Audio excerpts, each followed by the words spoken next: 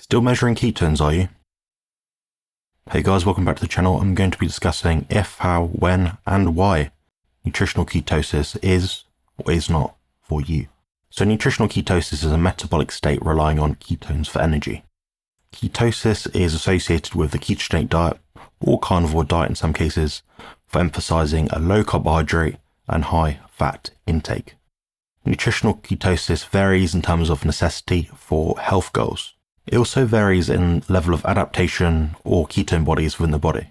Some research is suggesting somewhere between 0.5 and 2 millimole per litres of ketones in the blood is useful for most people with the greatest overall benefit. There will of course be exceptions to the rule. For example, people with epilepsy, diabetes, they might seem to benefit from a high level of ketosis. Just remember, with everything that I'm about to say in this short video, base your dietary approach on a way that aligns with your individual goals and preferences. Don't do something because someone told you online what you should or should not do.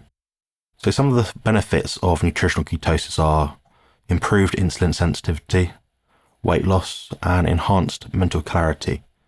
These seem to be some potent effects I believe that the diet seems to have. However, long-term studies on these benefits seem to be limited and require further research, but at least what we can tell, anecdotally, there is a great deal of benefit to be had from a diet which is at least ketogenic or low carbohydrate. There's a group based in Hungary known as Paleomedicina where they advocate for a high-fat carnivore approach, which is effectively what's known as a paleo-ketogenic diet.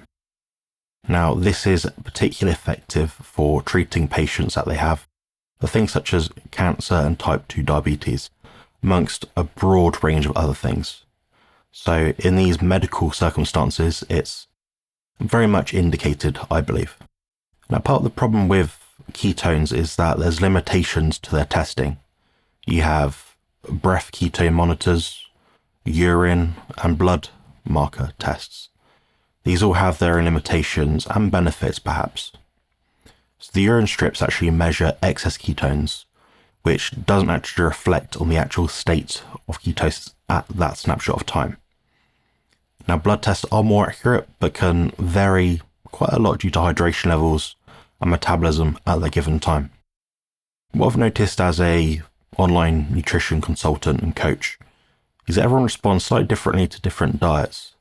And I know people like myself that feel better, at least subjectively, at something like 0.5 millimoles per litre of blood ketones. And some people I know feel better at about 4 plus. It seems very bizarre, but that just seems to be the way it is. And it seems to be very broad in that regard. What I find with all this is, even if you are going to test it and you're going to find an effective way to measure it, assuming you want to, experimentation and personalization are the key to optimal results. You don't want to be chasing ketones. At the same time, you don't want to be deliberately trying to kick yourself out of ketosis. I think there's a on and off switch which you need to kind of apply it sometimes. So some people will track their ketones day in and day out. However, they're not going to find an accurate way to do it. And it doesn't actually hold much value in terms of what they need to do in the future. I mean, if you're following a ketogenic diet with a high blood level of ketones for a particular reason, you've got to have your reason. Now, if that level does not push you forward in terms of reaching your goals, you're probably looking at the wrong thing. Think about it. The goal isn't to be in ketosis. The goal is to acquire the physical, mental, or health, or even well-being results, which happens to be from a diet which does or does not contain a lot of ketones, at least in terms of the ketone bodies that your body produces. You have to be conscious about not chasing ketones as well. So the body does need to return to a state of at least order in which insulin is secreted at a certain point in the day. Now, at a certain point in the day is individual to you. It just happens to be when you eat a lot of food. If you eat protein, that will increase insulin, which will happen to decrease ketosis. Now, that is indicated as being effective at helping the kidneys to efficiently store minerals in the body's tissue. So that's something which you need.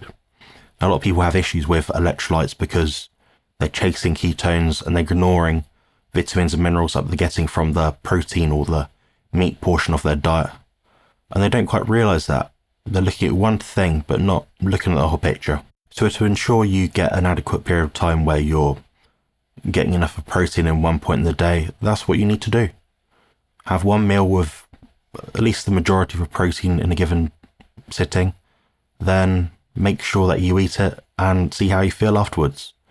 You'll notice that you might be a bit sluggish afterwards, but your default setting throughout the day will be energetic and you'll probably feel better for it. You'll be less likely to have blood sugar crashes and swings if you're just having a diet with protein and fat. If you need help finding this amount, I'd recommend a consultation with myself, and I can fine-tune your diet, work out what is and isn't working, and develop a plan for you to follow to help find the right amount for you in terms of protein grams, food, meal timing, things like that. So to conclude, nutritional ketosis is not essential for everyone's health goals. Consider preferences, lifestyle, and long-term sustainability. Make informed choices that support overall well-being.